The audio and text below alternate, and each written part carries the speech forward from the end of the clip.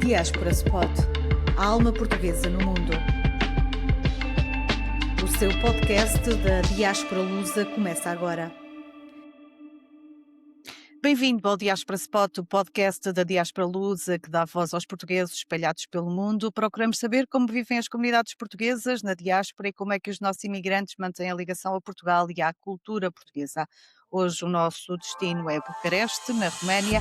O nosso convidado é Belmiro Torres do Couto, com raízes em Aveiro, CEO da Solar Realize, empresa do setor de energia e também conselheira da diáspora portuguesa na Roménia. Viva! Bem-vindo! Bom dia Marta, muito obrigado por este convite, é com o maior prazer que me junto no vosso podcast, nas vossas emissões e espero poder contribuir aqui para uma imagem positiva daquilo que é hoje a Roménia, o território, o desenvolvimento económico deste país. E porquê a Roménia? Que é a pergunta Bom, que se...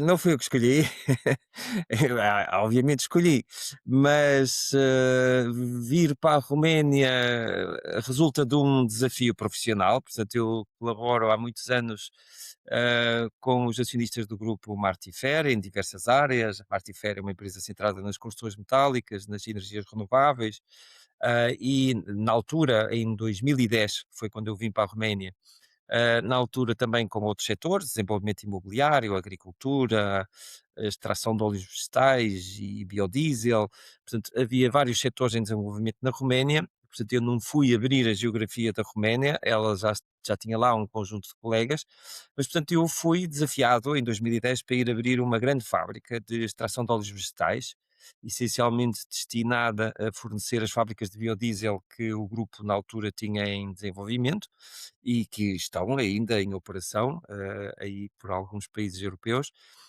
E portanto foi um desafio profissional de ir abrir uma fábrica nova, um complexo industrial bastante importante, muito grande, um investimento que na altura entre a fábrica de extração de óleos vegetais e a fábrica de biodiesel rondava os 200 milhões de euros. Em 2010 era uma soma, ainda hoje, é uma soma muito grande, e representava um dos investimentos que o grupo tinha naquele território, também na área agrícola, também na área de desenvolvimento imobiliário, também na área das construções metálicas, onde ainda hoje, aqui na zona de Calarache, tem uma fábrica de estruturas metálicas bastante importante e muito bem qualificada, com muito boa tecnologia e que faz E como trabalhos é, para toda a Europa.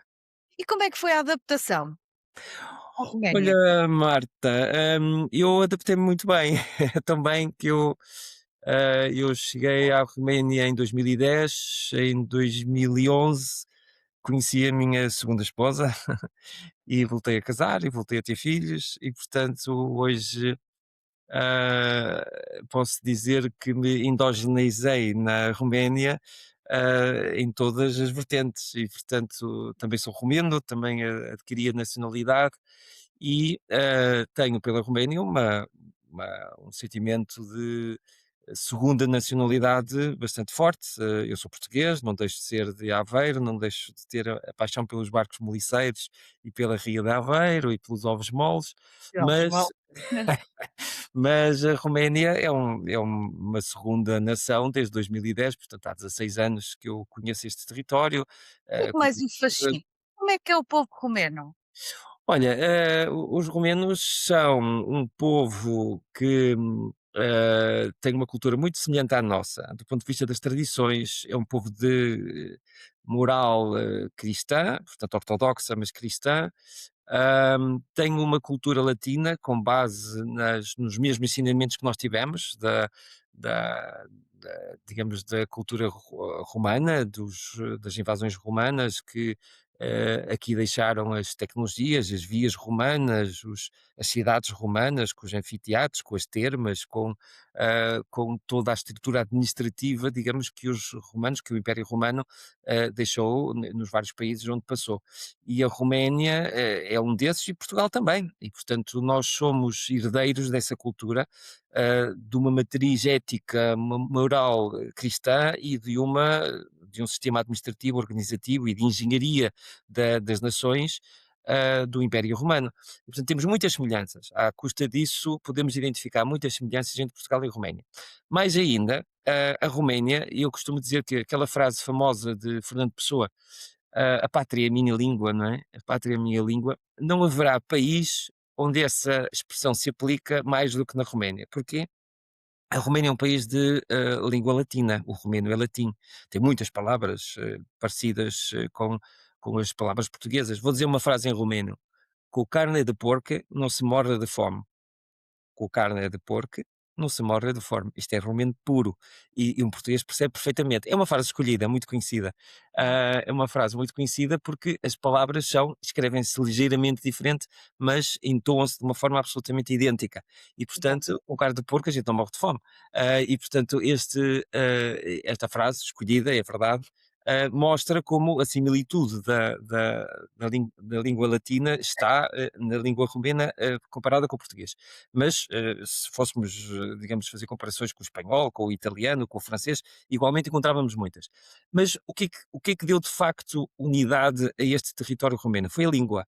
Porque a Roménia foi este território que é um território consolidado já no pós-guerra, já depois da Segunda Guerra Mundial, foi durante séculos alterado, invadido por povos, todos eles de línguas eslavas, muçulmanas, o Império Otomano, o turco, foi um grande predador destes territórios e ocupante, bem como os eslavos dos países da antiga União Soviética, dos países do Norte, o Império Austro-Húngaro, da Áustria, dos húngaros que tomaram conta da zona da Transilvânia durante muitos séculos, e portanto todo este território foi invadido por povos de diferentes culturas e línguas, nomeadamente as línguas eslavas e otomanas, os turcos.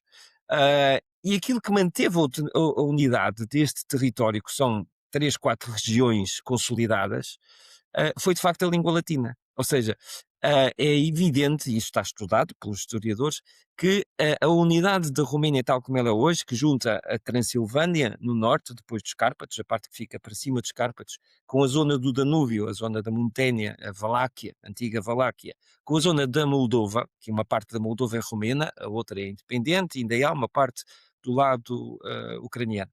E, portanto, estas regiões mantêm-se unidas graças à língua latina, graças à base latina, à cultura latina que este povo manteve. E, portanto, se há país onde a frase de Fernando Pessoa se aplica, é de facto aqui na Deve Roménia. ser a Roménia. A pátria é a minha língua. Aqui é um bocadinho ao contrário. A minha língua fez a pátria. Portanto, a língua romena é que estabeleceu esta pátria que, depois do pós-guerra, depois da Segunda Guerra Mundial, foi de facto consolidado. Com umas alterações de fronteira, acima e abaixo, mas consolidou-se e a Roménia é hoje o país que, que tem estas regiões juntas. A zona noroeste, nordeste, a Moldova, a zona do Danúbio, a Valáquia, a Monténia, e a zona dos Cárpatos, acima dos Cárpatos, a famosa Transilvânia, onde mora o Em Drácula. em termos de comunidade portuguesa, o que é que encontrou quando chegou à Olha, Roménia? em 2010 era muito reduzida, hoje, fruto dos intercâmbios europeus, do programa Erasmus e do crescimento económico, da Roménia. E posso dar aqui alguns dados para quem não conhece a Roménia, perceber como é que este país evoluiu tão bem do ponto de vista económico, se calhar muito atrapalhado do ponto de vista político, sempre com governos de coligação, com governos, digamos, pouco estáveis, ainda agora estamos num governo de coligação PCD-PNL, que são dois dos grandes partidos, e com mais outros partidos menores de franjas à volta, portanto uma coligação a vários partidos, que cria sempre instabilidades governativas, e, digamos, algumas dificuldades governativas. Isto tem sido assim desde a Revolução. Portanto, a Revolução, a libertação do período comunista, do período de Ceausescu, como as pessoas dizem, em 89, daí para cá, praticamente nunca houve um governo estável, um governo de maioria, um governo que dominasse o Parlamento. Aqui o Parlamento, a Assembleia da República, digamos assim, é uma Câmara de Deputados e um Senado, são duas câmaras. Bom, tem o seu modus operandi, mas no fundo é a mesma coisa, é uma Assembleia legislativa que controla o poder legislativo do Estado, e depois tem o governo, tal como nós. O regime não é presidencialista, mas tem um presidente que tem alguns poderes mais fortes do que em Portugal, mas é um regime parlamentar com um governo eleito. Só que esse governo eleito permanentemente é um governo de coligações atrapalhadas. Portanto, a governação não tem sido nem muito estável, nem muito profícua. Apesar disso, o, o território romeno e o desenvolvimento económico da Roménia, socioeconómico, eu diria socioeconómico, também do ponto de vista social, essa evolução foi muito notória. Desde 2010 para cá, que eu conheço bem o país, foi absolutamente exponencial. Quer dizer, a Roménia cresceu de uma forma, para lhe dar ideia, quando eu cheguei à Roménia em 2010, o salário mínimo era 3 vezes e meia mais pequeno que em Portugal. 3 vezes e meia mais pequeno que em Portugal. E agora está praticamente igual. O salário médio era também 3 vezes mais pequeno que em Portugal. E o salário médio romeno, o salário médio bruto, hoje já ultrapassa o português em 20%. Ou seja, em média, um romeno já ganha mais do que um português. Embora o salário mínimo seja mais baixo um bocadinho, está quase igual, mas é para aí 5% mais baixo. O salário médio do romeno já está acima do salário médio português, 20%. Ou São seja, essas, são de essas 2010. De são essas 2010. condições Sim, sim, sim, especiais diga, Marta. portuguesas. Sim, isso tem atraído portugueses. Por exemplo, em 2010 seria impossível encontrar um português numa loja a vender roupa, numa loja de um centro comercial. Hoje você já encontra. Porquê? Porque os salários médios estão a crescer de uma forma mais acelerada do que em Portugal. Então, por exemplo, um lojista português de uma loja de roupa, ainda agora, numa loja de roupa que é portuguesa e que está num centro comercial português, em Bucareste, ainda agora encontrei um rapazinho e ele percebeu que eu era português, foi lá comprar um polo, por acaso, e ele percebeu que eu era português e meteu conversa comigo em português, disse: mas o que é que estás aqui a fazer? Estás no Erasmus, como quem diz, és um estudante e estás aqui no Erasmus, porque é que vieste para a Roménia? E ele disse: não, não, eu estava, eu estava numa loja do grupo, da mesma rede, estava numa loja em Portugal, surgiu uma oportunidade de vir para aqui, olha, vim descobrir o país e até ganho mais. E até ganho mais. Olha, isto há 15 anos atrás, já em 2010, quando eu vim para a Roménia, era absolutamente anacrónico. Quer dizer, as pessoas ganhavam 3 vezes menos, agora já ganham mais. Que Portanto, isto mostra. comunidade portuguesa é esta? Como é que a descreveria? Portanto, agora há uma comunidade portuguesa nova que vem à procura, digamos, de oportunidades, principalmente estes jovens migrantes que fazem experiências, que vêm à descoberta, que viajam fácil, porque hoje também é verdade que há 15 anos atrás um voo da TAP custava ainda era, digamos, relativamente caro. Hoje os voos, temos já empresas de low cost a fazer voos diretos para Lisboa e para o Porto, de Bucareste, e portanto eu próprio utilizo voos low cost para Porto e para Bucareste, mais para o Porto, mas consigo ir e vir ao Porto com 100 euros, 150 euros, que depende das épocas, não é? Mas Claro. com custos muito. Portanto, é quase como ir a Lisboa. Se eu estiver em Aveiro, ir a Lisboa ou ir a Bucareste é quase o mesmo custo e o mesmo tempo. O mesmo custo e o mesmo tempo. E, portanto, facilmente um jovem que é aventureiro, que vai à descoberta de novas geografias, de novas culturas, facilmente viaja. Mais ainda, esta estimulação feita pelos programas de intercâmbio de juventude, nomeadamente o Erasmus, todos esses programas de intercâmbio europeu, têm levado a que muitos jovens descubram, de facto, estes países mais fáceis para eles, porque um jovem vai de Erasmus para a Bélgica, para a Holanda ou para a Inglaterra e tem um custo de vida Mais elevado. caro.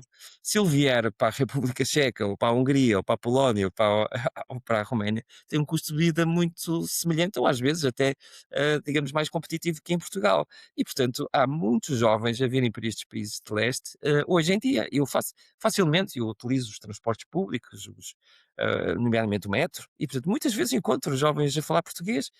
Eu normalmente meto conversa, porque eu sou um bocado invasivo nessas coisas, e portanto meto logo conversa, o que é que estão aqui uns portugueses a fazer no metro de Bucareste? E normalmente são Erasmus, né? Portanto, normalmente são Erasmus ou programas de intercâmbio, Erasmus+, que são de curta duração, e portanto esses programas de intercâmbio de facto têm facilitado. e tem dado a descobrir, digamos, aos portugueses de nova geração esta oportunidade. Eu não vejo isto como uma coisa má, em que os portugueses vão embora e esta diáspora jovem, perdemos os quadros. Não, isso não é verdade. Mais tarde ou mais cedo eles voltam, eles fazem uma experiência na Roménia, se calhar fazem uma experiência nos Estados Unidos, fazem uma experiência no Brasil e depois estão outra vez em Portugal. E, portanto, hoje em dia os jovens, os profissionais bem qualificados, viajam por todo o mundo e não podemos estar à espera que eles fiquem presos em Aveiro, em Lisboa, no Porto e não viajem pelo mundo. Isso é verdade, mas é verdade para os portugueses, para os espanhóis, para os alemães e para os polacos. É verdade para Claro, todos os então jovens. mundo. E portanto eu não considero, não vejo, como às vezes os nossos políticos portugueses dizem: os nossos jovens estão a emigrar porque nós não nos damos oportunidades". É verdade que os jovens andam sempre à procura de melhores oportunidades, mas, não é por causa de, digamos, desse contexto de facilidade na movimentação internacional que os jovens vão embora. Vão-se embora porque fazem carreira internacional e hoje isso é verdade para um jovem de qualquer país, não necessariamente apenas para Portugal. Agora, é verdade é que, Portugal, infelizmente, tem tido um crescimento económico, social relativamente moderado. É um país tranquilo, não tem guerras, não tem ameaças, está lá no cantinho da Europa Oeste e, portanto, Portugal é um país excelente para se viver. Mas é verdade que, do ponto de vista económico e social, a sua evolução tem sido relativamente regrada face a outros países da Europa e, particularmente, os países aqui da Zona Leste, não é? A República Checa, a Polónia, a Hungria, a Bulgária, a Roménia, que evoluíram muito rapidamente. A Bulgária acabou agora de entrar aqui, são os nossos vizinhos de sul, os nossos vizinhos aqui de baixo. A Bulgária acabou de entrar agora no euro. E a Boa. Bulgária tem uma economia extremamente competitiva, salários ainda muito competitivos, mais baixos do que na Roménia. Eles têm uma dificuldade com a língua, aquela língua búlgara, eslava, é difícil, não é? Bom, mas adaptam-se, como os húngaros, também têm uma língua difícil para os europeus, mas adaptam-se. E, portanto, a economia é extremamente competitiva. A Bulgária, como destino turístico, como destino de neve, como destino industrial, para muitas indústrias, é um país neste momento a ganhar pontos. E apesar de pouco entrosado, digamos, com a cultura europeia e com os europeus, portanto, não há muitos europeus a viajar portuguesa, a comunidade portuguesa lá ainda é muito pequenina. Na Roménia também era, e hoje é uma comunidade que está em franco crescimento. E E portanto, como é e como é que se vive na Roménia a identidade portuguesa? olha, é uma pergunta extremamente oportuna, porque a comunidade portuguesa em 2000, há 3 anos atrás, em 2023, a comunidade portuguesa encontrava-se sempre muito pouco. E em 2023 tivemos a oportunidade de uma daquelas soirées do 10 de junho, organizada sempre pela nossa embaixada, pelos nossos diplomatas, que no 10 de junho celebra-se, há sempre uns fados ou umas guitarradas, há sempre um momento cultural português digamos, a malta encontra-se nesse dia. E portanto há ali uma soirée e no 10 de junho de 2023 houve um episódio muito interessante porque precisamente os portugueses que ali estavam, que se conhecem, digamos, desses encontros e pouco mais, a malta portuguesa não se junta, não se encontra, não fazemos nada em conjunto, os espanhóis é diferente, até os brasileiros agora já têm uma casa do Brasil, enfim, os portugueses têm que se juntar, temos que fazer uns jantares, temos que fazer uns encontros, temos que fazer qualquer coisa. Bom, e dali surgiu, portanto, em 10 de junho de 2023, surgiu a iniciativa de criarmos um clube, uma associação. E escolhemos uma rede portuguesa de associações, que se calhar conhece muito bem, as Academias de Bacalhau. E foi então ali fundada, entre aspas, a ideia de pedir à rede mundial das Academias de Bacalhau a criação de uma associação, digamos, que juntasse a comunidade portuguesa. E essa associação, de facto, tem dado cartas. Essa associação nasceu depois o apadrinhamento, fui eu que tratei aqui com as minhas ligações a Aveiro, pus a malta daqui de Bucareste a falar com a malta de Aveiro, que existe lá uma Academia de Bacalhau, e portanto em Aveiro, a Academia de Bacalhau, o presidente, o Rui Gradeço, veio depois a Bucareste, os ensinamentos foram passados, com a Academia Mãe de Joanesburgo foi estabelecido o contacto e digamos a bênção para fazer a criação, o presidente da Academia Mãe, o Rogério Nascimento, veio a Bucareste, juntaram-se mais uns 30 ou 40 compadres de várias academias do mundo que vieram de Portugal, de Luxemburgo, da França, e fez a fundação em 2024 ou 25, já não sei, há um ano ou dois. Fez a fundação da Academia de Bacalhau de Bucareste.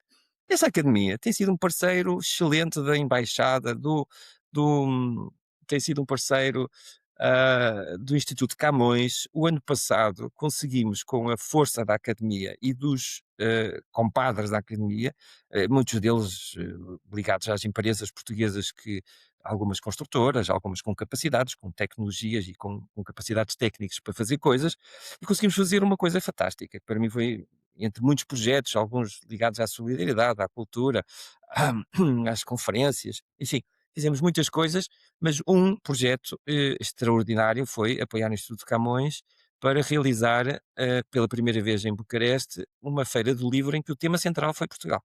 E, portanto, o tema central da Feira do Livro do ano passado na Expo Roma, que é uma feira de livro enorme, muito grande, muito maior que a de Lisboa, deixe-me dizer. Os romenos gostam muito de livros. A minha mulher, os meus filhos mais pequenos adoram livros e, portanto, é frequente dizerem: papá, vamos comprar um livro, vamos à FNAC, vamos ali, vamos acolá comprar um livro, porque eles gostam de livros, se calhar mais do que de brinquedos. E isto é genérico na Roménia, a cultura do livro e dos escritores. Bom, isto para dizer que a Feira do Livro é grande, é portentosa, tem muitas editoras, embora o romeno seja muito confinado à Roménia e à Moldova, há de facto um mercado que é pujante. Fazer o stand central da feira. O tema da feira foi Portugália. Portugália é Portugal, em romeno. O tema central da feira foi Portugália. As grandes conferências foi Portugália. A abertura, com a Ministra da Cultura, foi feita com o nosso embaixador, de Portugal, o Paulo Cunha. O doutor Paulo Cunha fez com a Ministra da Cultura a abertura da Feira do Livro, tendo como tema central ah, Portugal, as editoras portuguesas, o Instituto de Camões, infelizmente, não tem muitos recursos, e, portanto, foi a Academia de Bacalhau de Bucareste que conseguiu mobilizar as empresas portuguesas para construir o stand. Portanto, as mobílias vieram gratuitamente, o stand foi construído com madeiras, a Cofre Silvas fez, a Pragosa fez, a Corporação Reais ajudou, eh, entre patrocínios, materiais e pessoas a construir o stand, e a pintar, e a colar azulejos para fazer um bar, um restaurante português, um auditório com cadeiras, com mesa central. E trouxemos a Bucareste sete escritores portugueses, todos eles com edições recentes e alguns deles já a editar em romeno. Trouxemos sete escritores que vieram, que fizeram as suas conferências, as suas palestras. Foi uma excelente dinamização e divulgação da cultura literária portuguesa na Roménia, porque teve um stand central, porque teve milhares de livros portugueses expostos e vendidos, e tivemos sete escritores a fazerem conferências, o que foi amplamente propagado pela imprensa, especialmente Ai, pela imprensa da especialidade. entre os romenos, há ideia do que é Portugal? Há Olha curiosidade, há conhecimento? olha, quando eu vinha para Bucareste, nos primeiros voos, diretos, que eram da TAP, agora já a voa da TAP já não voa direto para Bucareste, mas quando eu vinha, os aviões vinham muito muito singelos, muito pouco cheios, ou seja, muito vazios. E eram essencialmente homens de negócios portugueses que vinham à Roménia fazer negócios, dos diversos setores, não é? O calçado, das construções, enfim, da indústria alimentar, dos vinhos, enfim, eram essencialmente pessoas de negócios que vinham à Roménia. Isto era o contexto, digamos, de um avião pequenino da TAP, que vinha, às vezes, aqueles aviões da Portugália, que vinham pequeninos, Acho por aí. e que nem sempre vinham cheios. Aliás, cheios, eu acho que raramente. Hoje nós temos, eu creio que 4 voos diretos para Lisboa todas as semanas e 3 para o Porto. Os voos estão sempre cheios, sempre cheios. E não são portugueses que vêm à Roménia fazer negócios. São romenos que vão viajar a Portugal, que vão fazer um fim de semana, vão fazer uma escapadinha, vão fazer umas fériasitas. Então, no verão, os voos estão sempre cheios e são romenos que vão passear a Portugal. muito menos portugueses que vêm passear a Bucareste. Também se vê alguns, principalmente casais jovens, lá está, essa tal juventude nómada que vai por todo lado. E, portanto, como são voos low cost, permitem facilmente esse fim de semana, essa escapadinha rápida, e alguns vêm descobrir a Roménia, porque já viram os outros países todos, e, portanto, a Roménia é um país diferente, vamos ver a Roménia também. E vamos ver o Castelo do Drácula, e vamos ver o grande Palácio de Ceausescu, o grande Palácio do Parlamento, enfim, as pessoas vêm ver com aquelas poucas atrações que conhecem, vêm descobrir o território e depois ficam surpreendidas.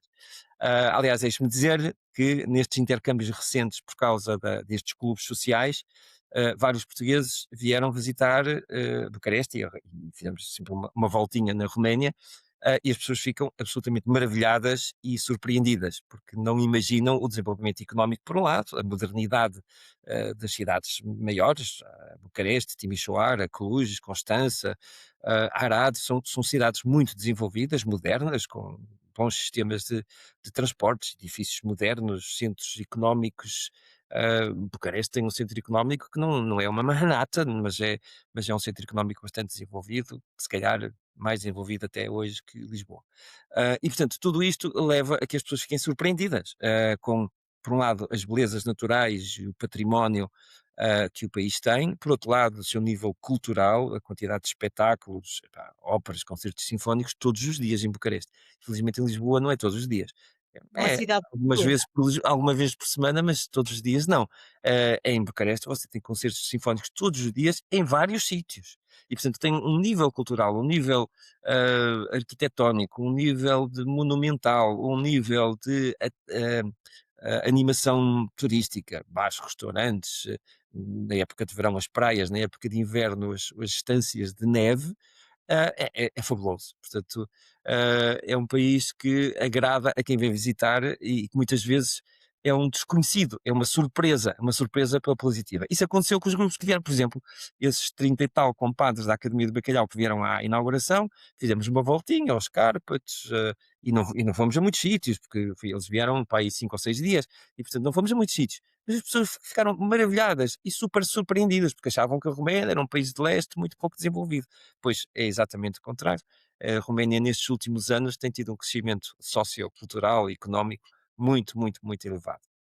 Falava-me há pouco do Instituto Camões, falou também que tem filhos, que enfim, que a sua esposa Sim. é romena.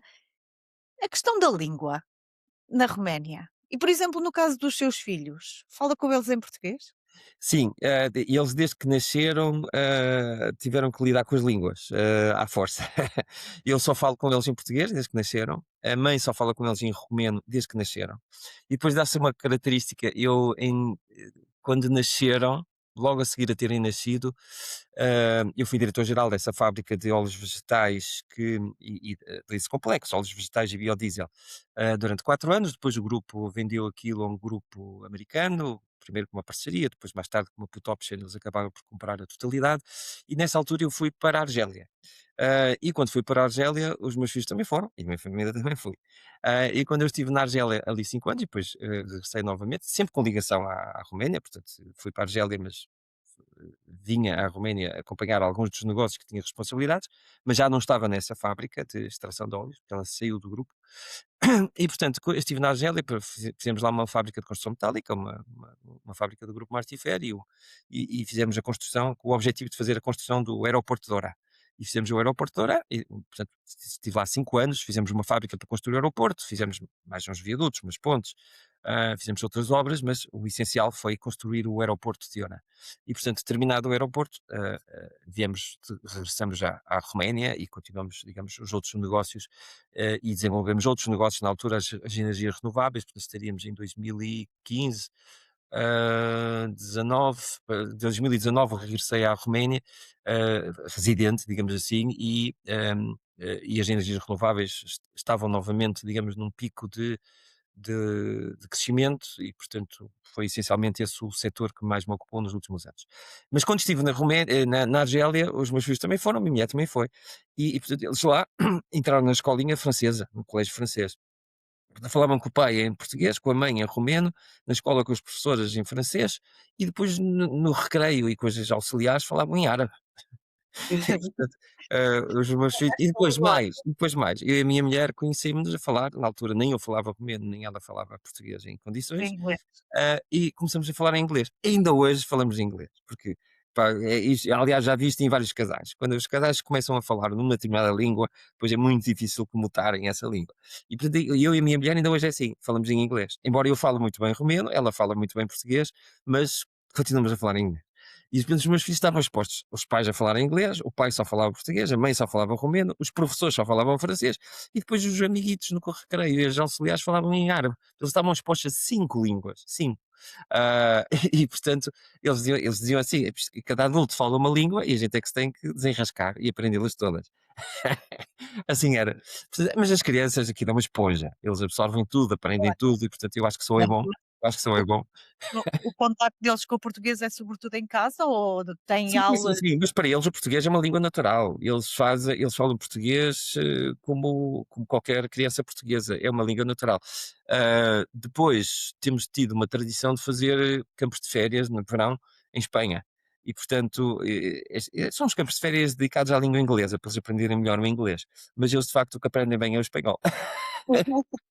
E portanto temos ido sempre para Barcelona para eles fazerem lá uns campos de férias, eles gostam e nós também, pronto, lá vamos para Barcelona 15 dias, eles fazem um campo de férias para aprender inglês, acabam por aprender bem o espanhol, porque eles já falam bem espanhol. Inglês, enfim, vão aprendendo. Mas falam português como língua natural e romeno. Português e romeno para eles são línguas naturais.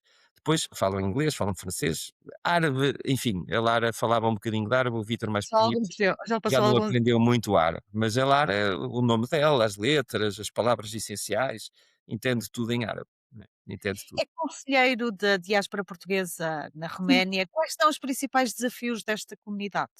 Olha, de facto, eu quando entrei no Conselho de Diáspora Portuguesa, fui um dos primeiros elementos da zona de leste e o primeiro na Roménia. E depois eu próprio é que fui indicando outros colegas, hoje somos 4 conselheiros na Roménia, 5. Hoje somos 5 conselheiros na Roménia, mas inicialmente eu estive uns anos sozinho. Eu penso que os grandes desafios dos conselheiros foi de facto conseguir, por um lado, na Roménia, mobilizar a comunidade, e a criação dessa Academia de Bacalhau também foi feita pelos conselheiros. Foi, digamos, os conselheiros que tiveram essa iniciativa. Foi os conselheiros que tiveram a iniciativa de alguns dos projetos maiores. O presidente da Academia de Bacalhau é um conselheiro. Ahm, os dinamizadores, digamos, da comunidade portuguesa têm sido os conselheiros, é verdade. Mas o papel foi muito importante, sobretudo em 2 pontos. Por um lado, os nossos diplomatas passaram a ter ali um conjunto de parceiros, de empresas e pessoas que passaram a ajudar de uma forma disponível, de uma forma, eu diria, quase permanente, aquilo que são as iniciativas de ligação com a comunidade, de ligação com a indústria, de ligação com o mundo económico, de recepção de comitivas, e portanto os conselheiros estão sempre presentes, estão sempre disponíveis para colaborar com a ICEP, com o Instituto de Camões, com a Embaixada Portuguesa. E portanto o relacionamento é bastante forte, é bastante positivo, é bastante profícuo. O exemplo que lhe dei da iniciativa da Feira do Livro com o Instituto de Camões, foi essencialmente liderado pelos conselheiros. No contexto dessa associação, reunindo muitos portugueses da comunidade, mas foi essencialmente os conselheiros que tiveram esse papel motor. É verdade que a própria Academia de Bacalhau, eu próprio conselheiro, fiz a ponte com a Academia de Aveiro e com Joanesburgo para criar esse clube em Bucareste. E esperemos até poder, pelo menos do lado oeste, na zona de Timisoara, Arad, poder vir a criar outro clube, porque ali também existe alguma presença de portugueses e ativos, ou com vontade de serem ativos. Ahm, por outro lado, tivemos com o Conselho da Diáspora, portanto em Cascais, em Lisboa, uma presença forte daquilo que é a economia, o conhecimento da Roménia. Ou seja, a Roménia era também, dentro do Conselho da Diáspora, um país desconhecido. E hoje já não é. E isto deve-se essencialmente ao papel dos conselheiros, à participação nas conferências, nos trabalhos, nos grupos de especialidade do Conselho da Diaspa e nos grupos regionais. O grupo regional da Europa de Leste tem a Polónia, tem a Hungria, tem a Roménia, tem a Grécia, mas é hoje, digamos, o grupo mais forte da Europa de Leste é de facto a Roménia. Somos cinco, e os outros são dois, três, um, dois, três, e portanto temos tido uma presença forte e temos tido várias iniciativas. E essas iniciativas, por um lado, no grupo regional, por outro lado, nos centros de competência, quer das energias, quer das empresas construtoras, quer da economia, quer da educação, temos tido uma presença forte, participativa, ativa, digamos, a desenvolver propostas. E, portanto, eu acho que quer o Conselho de Diaspora em Cascais, em Lisboa, se enriqueceu com o contributo dos conselheiros da Roménia, quer na Roménia, a presença dos conselheiros ajudou as instituições portuguesas, nomeadamente o Instituto Camões, a Embaixada, o AICEP, a fazerem coisas. Ainda abro aqui um parênteses, porque hoje temos uma presença muito grande portuguesa na Roménia, que se calhar sabe ou já documentou, que é a presença militar. Nós temos hoje 300, 400 militares permanentes na Roménia. A própria comunidade militar, a própria organização militar, gosta e sente, digamos, como, como, como um estímulo muito forte a presença da comunidade portuguesa no apoio às suas iniciativas, aos seus desfiles, às suas festas, às suas celebrações. E, portanto, esta comunidade portuguesa, quando não estava organizada, dificilmente conhecia a instituição militar e vice-versa.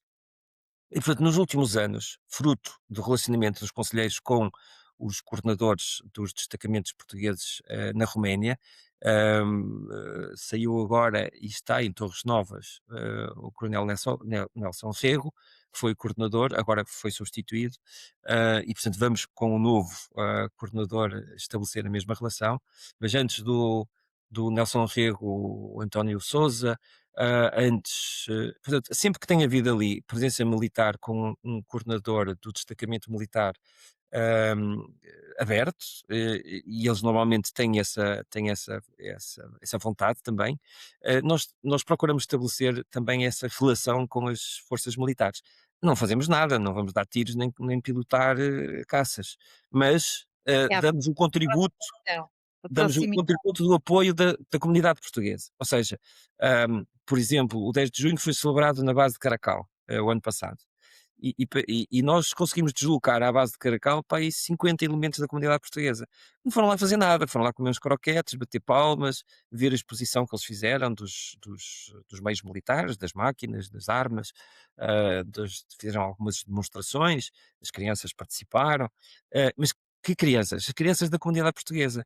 E, portanto, para os nossos militares, sentir o apoio, a presença e, sobretudo, o apoio, estamos convosco, apoiamos a vossa ação aqui e agradecemos o vosso empenho, a vossa missão de consolidação da paz. As forças militares portuguesas estão na Roménia e na Polónia, digamos, na perspectiva da consolidação da paz, da segurança, não para intervir, mas para manter o respeito pelas fronteiras, pelo território da NATO, pelo território que não pode ser tocado no conflito que está mesmo ao lado entre a Ucrânia e a Rússia, como sabemos.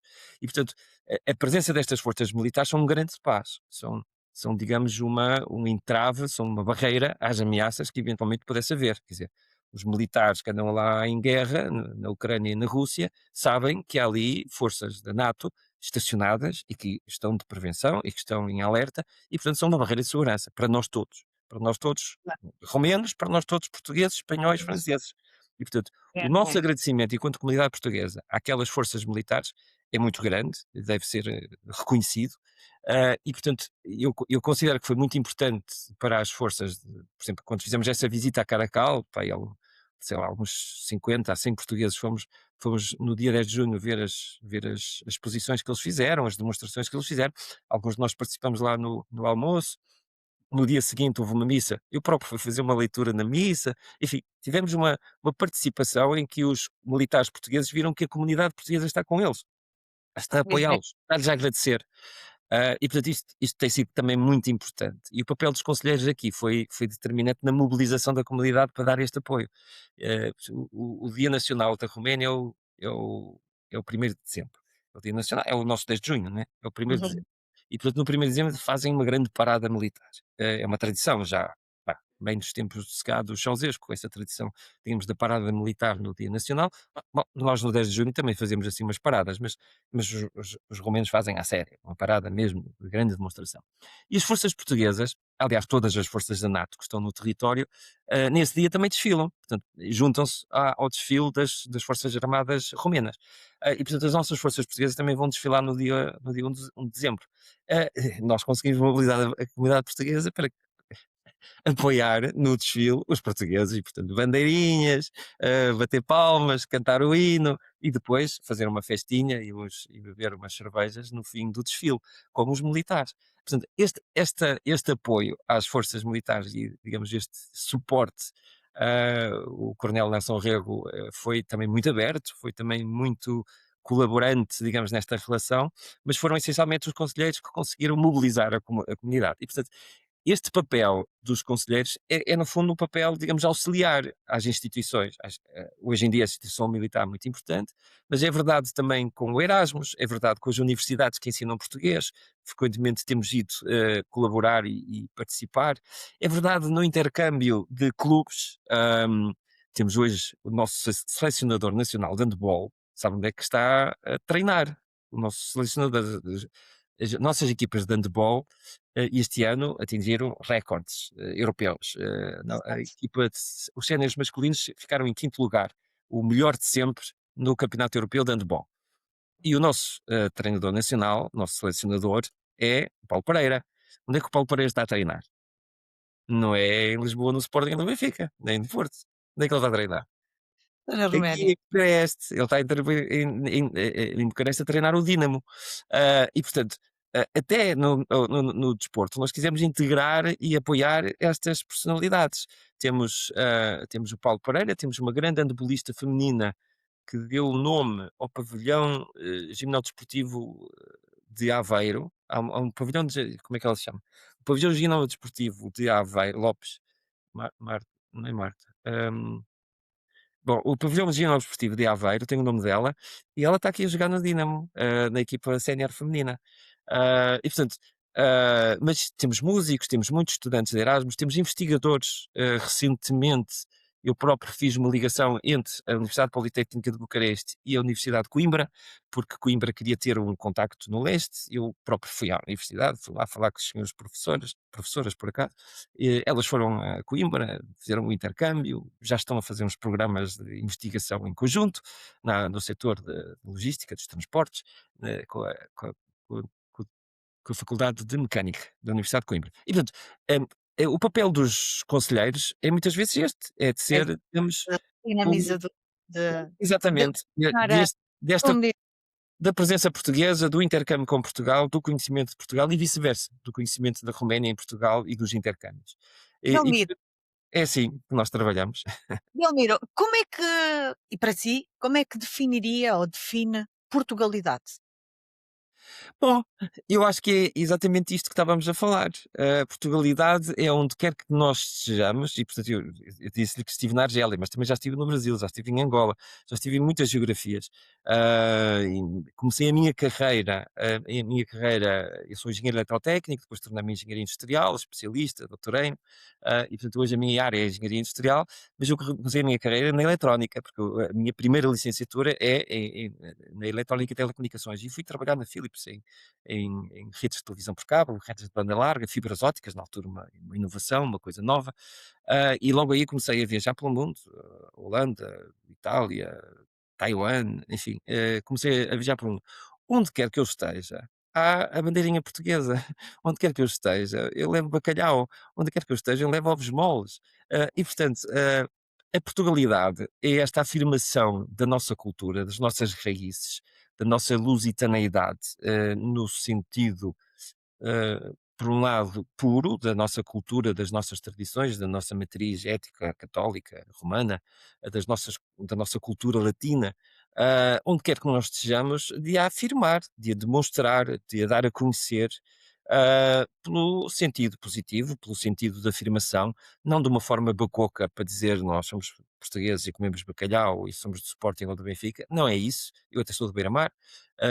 E, portanto, não é nessa forma bacoca que nós gostamos de afirmar a Portugalidade, mas de uma forma, digamos, de identidade cultural, de identidade de raiz familiar, de uma matriz ética, moral, que é, digamos, a base da nossa cultura portuguesa, cristã, e latina, portanto, eu acho que a afirmação da Portugalidade é isso mesmo, é nós não perdermos as nossas raízes, não perdermos a nossa identidade e sermos demonstradores. Portanto, quando temos a oportunidade, quando somos confrontados com algum episódio onde essa afirmação possa ser feita, somos demonstradores dessa Portugalidade, somos demonstradores da língua de Camões, da nossa cultura marítima, da nossa cultura de descobridores digamos, do mundo que não era na altura conhecido, digamos, dos europeus, e portanto esta abertura ao mundo e esta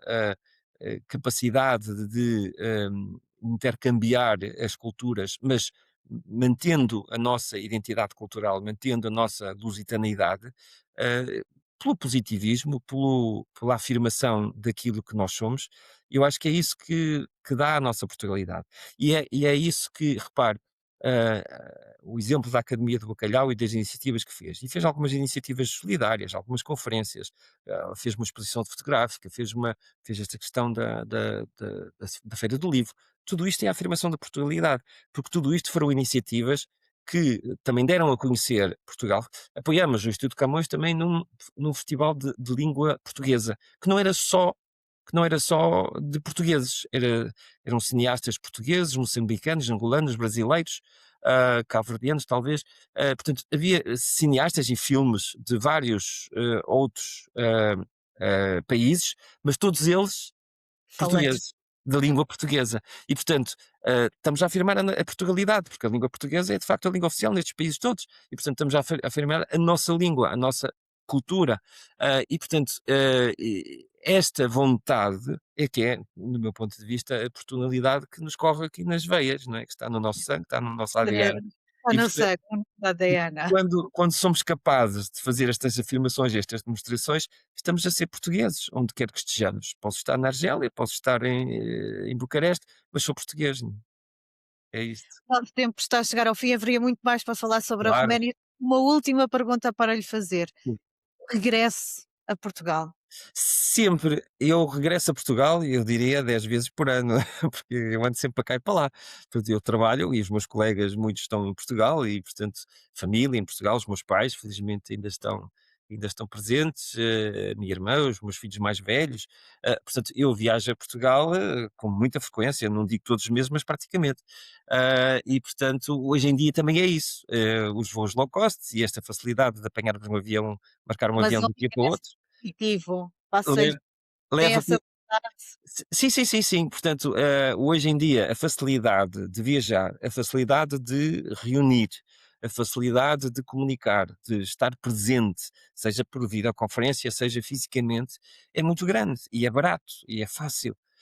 E, portanto, eu sinto-me presente em ambas as geografias, embora, obviamente, sou residente em Bucareste e estou radicado e trabalho muito mais, 90% em Bucareste, e a minha ligação a Portugal faz por razões familiares, por razões do grupo com que trabalho, porque trabalho com um grupo português e de acionistas portugueses, e portanto essas ligações obrigam-me a estar em permanente contacto com Portugal. Mas mesmo que não fosse por essas razões, a tal Portugalidade, a tal ligação afetiva à cultura, à língua, ao bacalhau, à sardinha, aos ovos moles, às festas tradicionais, ao 10 de junho, enfim, ao Conselho da Diáspora, portanto, Mas tudo isto. pensa regressar a Portugal? Sim, sim. Eu não digo regressar, porque eu acho que nunca vou regressar, porque eu nunca vou deixar a Roménia.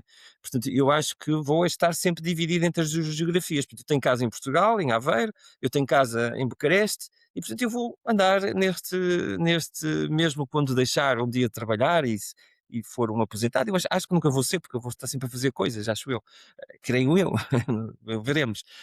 E portanto, nessa altura em que eu possa estar menos ocupado com a vida profissional, eu acho que vou estar sempre dividido entre as duas geografias e vou estar períodos em Portugal, períodos em Bucareste, se calhar mais em Bucareste, onde os filhos, onde a família esteja, se calhar mais em Portugal, alguns períodos, se calhar nas férias, enfim, mas digamos, o facto de ter casa nos dois sítios, o facto de ter uma cultura e um coração ligado às duas geografias, não me permitem dizer que eu vou regressar ou que eu vou residir ali ou só acolá. Eu acho que hoje existem muitas pessoas que têm este mesmo sentimento, entre a França e Portugal, entre a Suíça e Portugal, portanto, o facto de terem adotado uma nova geografia, um novo local, uma nova casa, porque tem lá a casa, porque tem lá um jardim, porque tem lá uma galinha, porque tem lá um cão, e portanto isto leva a que haja, digamos, uma vida dividida entre os dois espaços. Mas A vida em dupla. isto não é nada de novo. Você pode viver em Portugal e tem uma casa em Ponte de Lima, ou tem uma casa no Algarve. E, portanto, também faz a sua vida dividida entre Aveiro e o Algarve, Aveiro e Ponte de Lima. Eu não. Olha, tenho uma casa em Aveiro e tenho outra em Bucareste. E, portanto, faço a minha vida dividida entre Aveiro e Bucareste. Eu creio que digamos, a facilidade das autoestradas, dos aviões, das internets, levaram-nos a este novo conceito de estar no mundo que não é apenas uma geografia e um local. Daquela E no ideia mundo nós moramos, a minha casa é ali e é ali que eu moro e tudo o resto é viajar. E este conceito já não é assim. Quer dizer, eu hoje estou em vários sítios, em um, dois, se calhar três, se calhar há pessoas que têm três casas, se calhar há pessoas que têm três geografias, eu tenho duas e, portanto, divido-me entre estas duas geografias. e hoje o mundo Hoje, também ativamente, e eu creio que no futuro, quando estiver, porque eu tenho filhos já em Portugal, em Bucareste, e por acaso uma das minhas filhas, a mais velha, está em Inglaterra. E, portanto, estas ligações familiares obrigam-nos a visitar os amigos, obrigam-nos a visitar os clubes, obrigam-nos a visitar as ligações às universidades, às escolas, às academias, ao Conselho de Diáspora, à Ordem dos Engenheiros, enfim, tudo isto. Eu sou membro da Ordem dos Engenheiros de Portugal desde que me formei e sou membro da Ordem dos Engenheiros de Bucareste, da Roménia, desde que vim para Bucareste, desde que vim para a Roménia. E, portanto, e sou ativo, sou já membro ativo, dirigente, participo nas coisas, nas conferências, e, portanto, mas nas duas ordens. E quando estive no Brasil, estive lá 2 anos, também me envolvi na Ordem dos Engenheiros do Brasil. Enfim, mas isto é, digamos, cada um é como cada qual. E eu sou muito intrusivo, como há bocado lhe dizia, e gosto de participar. Obrigada, Belmiro Torres do Couto, por esta viagem na Prazer foi meu. o Diaspora Spot regressa na próxima semana à procura da alma portuguesa no mundo, no